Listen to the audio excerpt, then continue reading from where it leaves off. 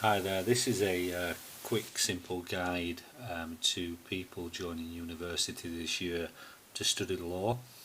Um, Not probably the best example showing you free books on criminal law, as some universities do that in the second year, but it's the principle of what the books deliver that I'm mainly focusing on here. There's a couple of points that I'll make out to this information. The first point is the types of books. So you've got something that's very background based, pointing you in the direction of understanding the area of law that you're looking to study. So unlocking criminal law. It gives a very basic overview, and as I say, some background reading. The next stage that you'd move on to, so progression stage in the books, would be a cases and materials one, where it's a bit more in depth. It's directing you more to the cases around the subject that you're looking at. So it could be burglary, or any murder, etc., that you'd be looking at, and the cases will be there for you. And then you've got a commentary book that's taken place, where it gives a half a page of, or more, a little bit more, based upon the commentary of cases, and then it'll give you all the references, and any kind of citations, etc., at the bottom. And this is kind of what I'm meaning here, if we can see. So you've got the top half of the page done to the commentary of what it's wanting to tell you, and the bottom half of the page your scholar referencing that you'll be using throughout your law degree at university. And obviously there's case laws, etc., in there, which is pointing you to. Unlike any other subject, with regards to law, the main part of what you need to be citing in all of your essays, work, etc., is always cases. Always cases. Materials part in this book I'll probably refer to a little bit of journals, is the information really that you'd be looking at as well, to what you can cite. Once you start university, obviously you've got your Freshers Week. In that Freshers Week, what I'd try to do is try to get a look. You get information anyway sent to you about what your reading list is going to be before you actually physically go to university. Now, what I'd do there is I'd wait until you get to university before you buy anything, any kind of books. If you bought some off eBay, you've already beat me to it, really. Or if you've gone down Waterstone, you've picked up a couple of books on law, and then tried to read them, you'd be thinking, what am I reading? The main part really to do is get your reading list. Have a look at your reading list. And what I mean by have a look at your reading list is actually have the book in your hand. Okay, so if this was on your reading list, get the book from the university library, look through it. Are you happy with how it's set out? If you are happy, then look at ways of buying it. And what I mean is look at the edition that's relative. This is the 4th edition. There's a 5th edition now out on this one, but let's say it's this book. So you go online, and you see it there, brand new, or in Waterstones or Blackstones, brand new, and it's £30. Okay, you think, wow, yeah.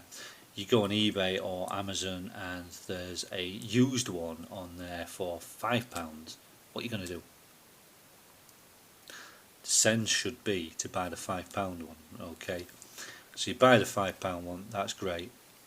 Now, what will happen is obviously you might get this, where somebody's highlighted bits in, but not all bits, what they've needed. It's readable. It obviously needed to be readable, otherwise why would they have highlighted it otherwise? If that puts you off, spend a little bit more. So you could spend not that much more, to be fair. I think this one I got off eBay and was around about £6 off eBay was this one, and nothing whatsoever. It's an ex-library one, is this. It even had the tag in the back of it when I got it, and obviously this one again this, in fact these two are the same price. This one's totally unmarked, nothing marked in this, and this wasn't a library edition one. I did it as a test really for myself to see whether or not I could do it, and the kind of thing being is anybody who's selling a module, books are there to point you in the direction. Okay, they're not there to give you the answer. They're there to give you the background, and they're there to make you feel, am I going the right way? Am I reading the right cases?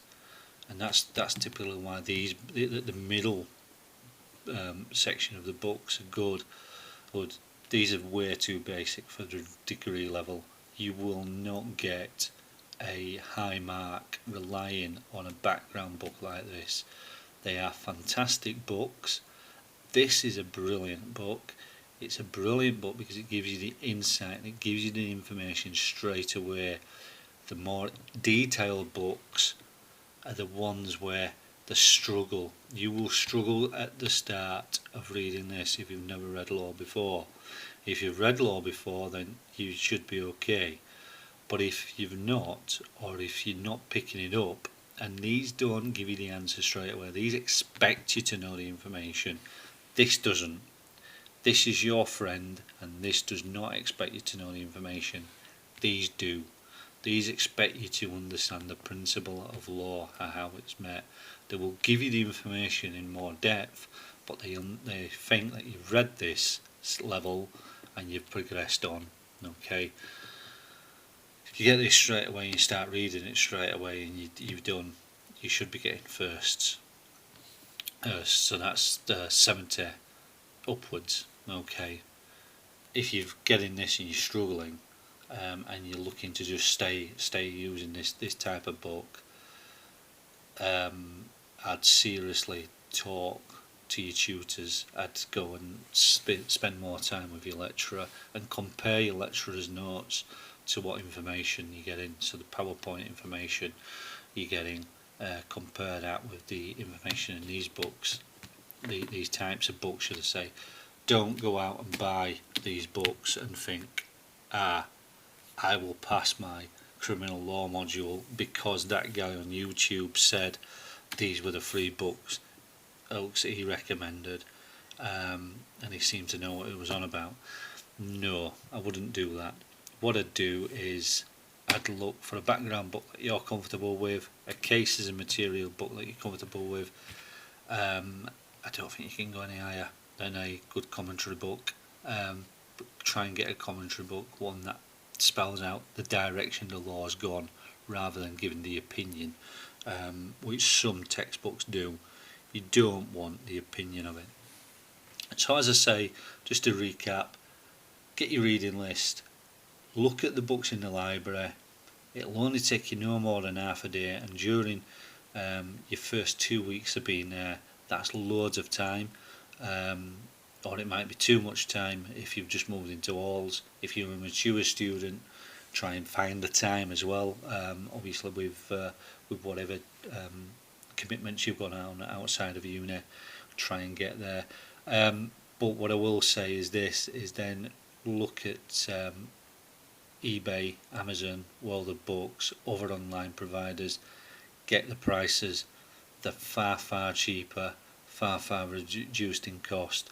But still try and buy a book first hand as well, just to keep the old the old researchers going, because they do rely on books being bought, but don't devote in spending hundreds and hundreds and hundreds of pounds on books, because you don't need to.